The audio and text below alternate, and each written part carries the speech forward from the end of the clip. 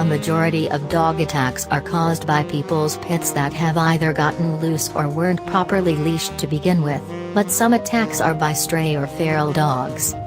Feral dogs, sometimes referred to as wild dogs or street dogs, are free-ranging, non-domesticated animals that are not and never were somebody's pet. They're usually afraid of people, but can be far more dangerous than a lost or abandoned pet, stray, if they're cornered, starving, or infected with rabies.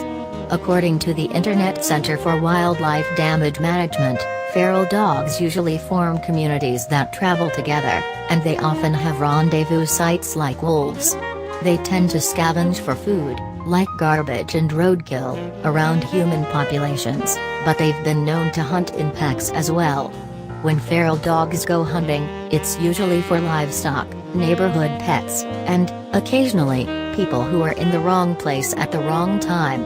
And don't think feral dogs are something you only find in rural areas.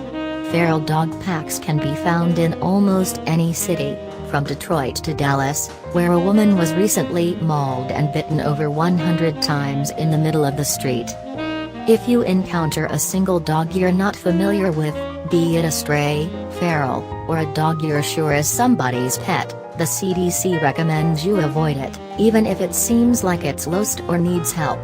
This goes double for dogs that are sleeping, eating, or caring for puppies. Even if it's obvious the dog is someone's pet, an unleashed dog can be dangerous, especially for children. If an unfamiliar dog approaches you, do not run, panic, or make loud noises. Stay motionless, keeping the side of your body facing the dog while avoiding direct eye contact. Say things like no or go home in a deep, firm voice, and slowly raise your hands to cover your neck while keeping your elbows in. Now wait for the dog to leave or begin to slowly back away. If the dog charges you, it's still important to stand as still as possible. As Dr. Sophia Yin, DVM, MS, explains, dogs charge for one of two reasons, either because they are scared and no offense is their best defense, or because something you or another person in the vicinity did something that excited them and made them think they're being rewarded. People's pets can get caught in a self-reinforced feedback loop where they play a little too hard and don't know any better. If you yell and move around frantically, the dog will think you're playing along and won't stop. If the dog is clearly being aggressive, not playing, growling, snarling, barking, or obviously feral, dirty, no collar, not reacting to commands, Yin recommends you try and put something between you and the animal. A backpack, purse, jacket, or even a shoe can make for a great shield. Look at the dog's body language so you can prepare to block attacks. Tension in the body, raised hackles, the hair along the dog's back, and ears that are flat against their head are things to watch for. Don't try to hit the dog with the item, though, as this can make the dog even more aggressive. Just try to back away slowly. If the dog knocks you down, curl into a ball with your head tucked, make fists with your hands to protect your fingers, and use your hands and arms to cover your ears and neck.